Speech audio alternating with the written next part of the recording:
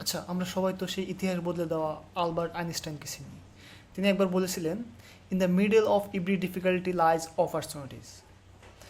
আমরা যখন কোনো সমস্যার ভেতর পড়ি তখন মনে হয় সব কিছু শেষ হয়ে গেছে, কিন্তু আইনস্টাইনের জীবনের দিকে তাকাও।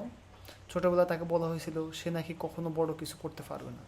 চাকরি খুঁজে না পেয়ে সে একসময় একটি ছোটো অফিসে কেরানি হিসেবে কাজ করত। পৃথিবী তাকে অবহেলা করেছিল, তার স্বপ্নকে মূল্য দেয়নি, কিন্তু সেই কঠিন সময় তাকে থামাতে পারেনি।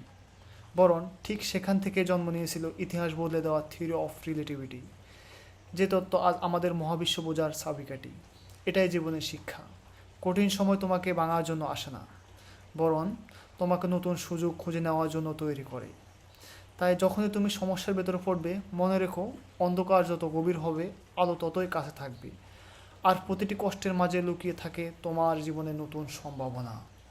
এই উক্তির মাধ্যমে আলবার্ট আইনস্টাইন আমাদেরকে একটি শক্তিশালী উক্তি বা শক্তিশালী বার্তা দিয়ে গেছেন।